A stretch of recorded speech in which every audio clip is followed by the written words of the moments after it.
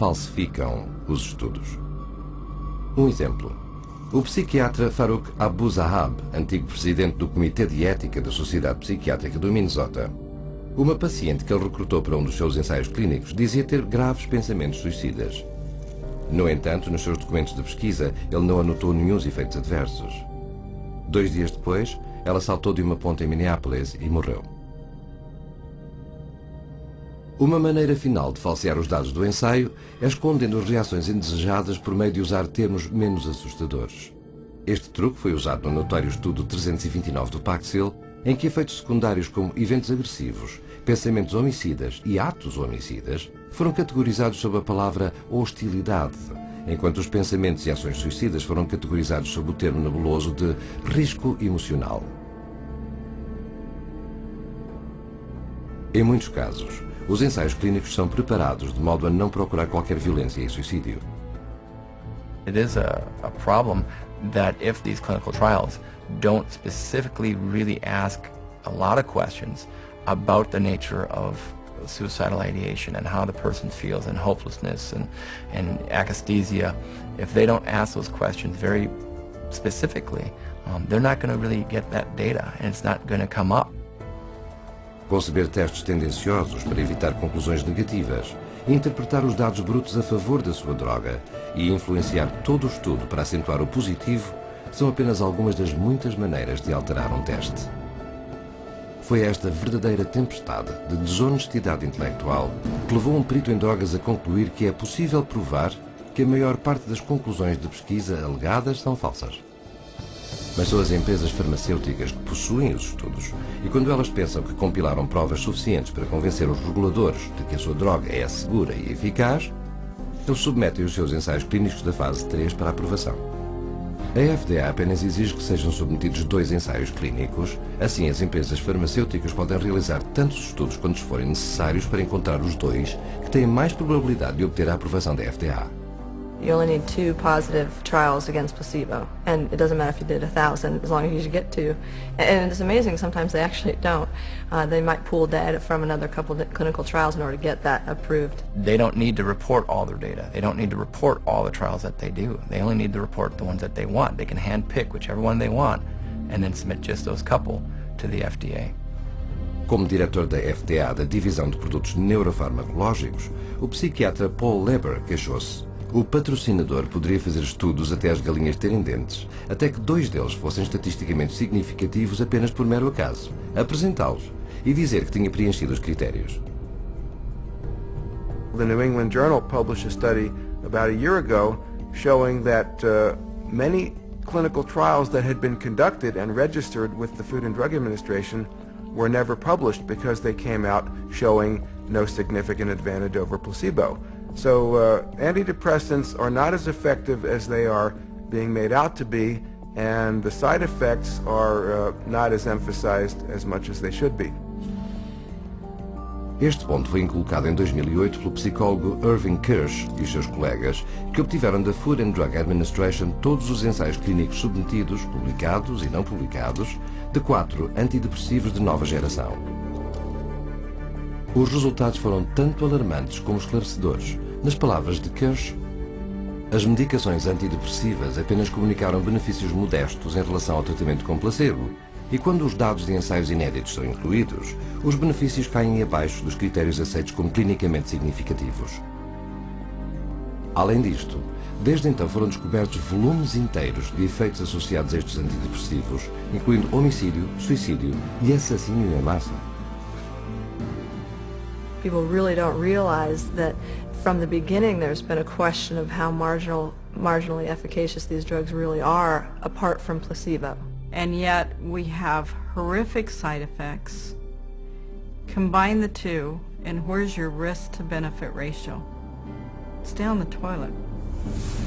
Mas os psiquiatras desprezaram o estudo de Kirsch, porque as drogas psicotrópicas são um grande negócio e os ensaios clínicos são uma grande parte desse negócio. Vejam, por exemplo, Martin Keller, antigo presidente do Departamento de Psiquiatria da Universidade Brown, autor principal do chamado estudo Paxil 329. Este ensaio clínico, que testou o antidepressivo Paxil em centenas de crianças, mostrou que a droga foi geralmente bem tolerada e eficaz, o que em termos científicos é um grande elogio. E a lista de coautores do estudo, 22 dos mais proeminentes líderes de opinião-chave da psiquiatria. I mean, that was a lot of people, but they were the who's who of psychiatry, and this was going to be a publication that I think, took them, into the end zone on getting their approval for kids. Com a bênção da FDA, o Paxil tornou-se um grande êxito no mercado de crianças e adolescentes, com vendas de 55 milhões de dólares em 2002. Foi só quando o gabinete do Procurador-Geral do Estado de Nova Iorque moveu uma ação judicial em 2004 é que a verdade finalmente surgiu.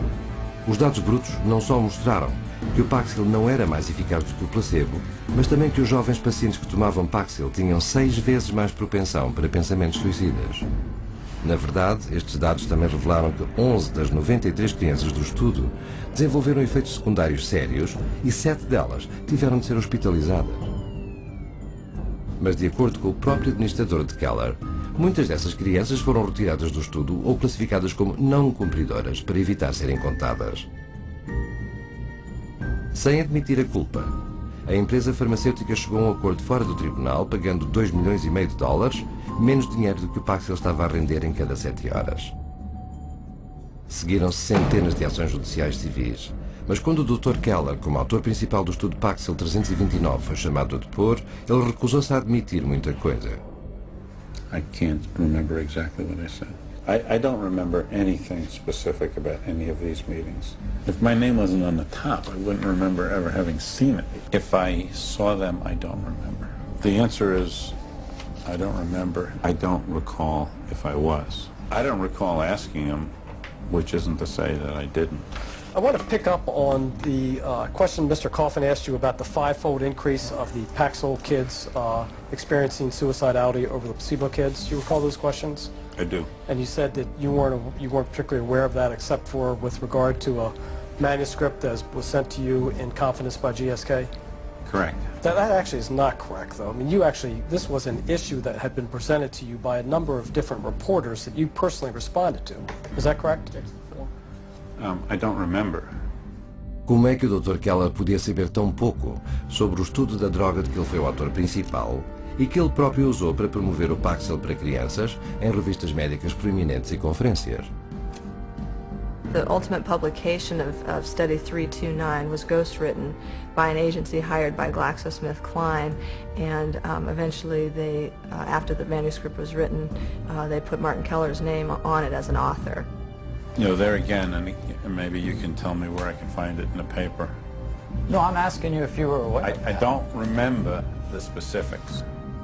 And then we finally showed him a document from GlaxoSmithKline where GlaxoSmithKline says that the study was entirely flawed. It was a complete failed study, and it certainly didn't show that Paxil was remarkably efficacious for treating children and adolescents in depression. Can you read that into the record, please?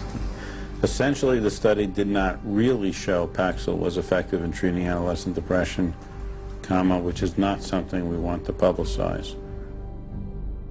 We asked him, with that information now, how can you tell us that it would be okay and safe to give a kid Paxil? And he couldn't answer the question. He sat back, he'd put his head in his hands, and for, the longest 2 minutes sat there silent.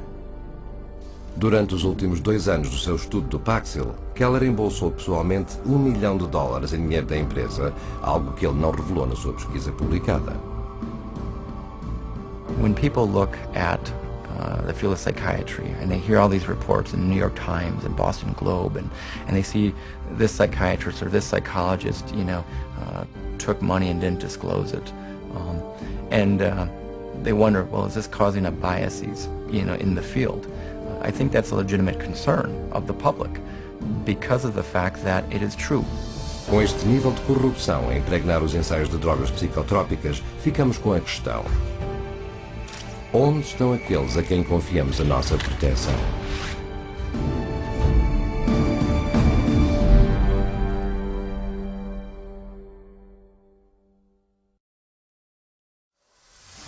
Os reguladores do governo devem velar pelo bem-estar do paciente. Então,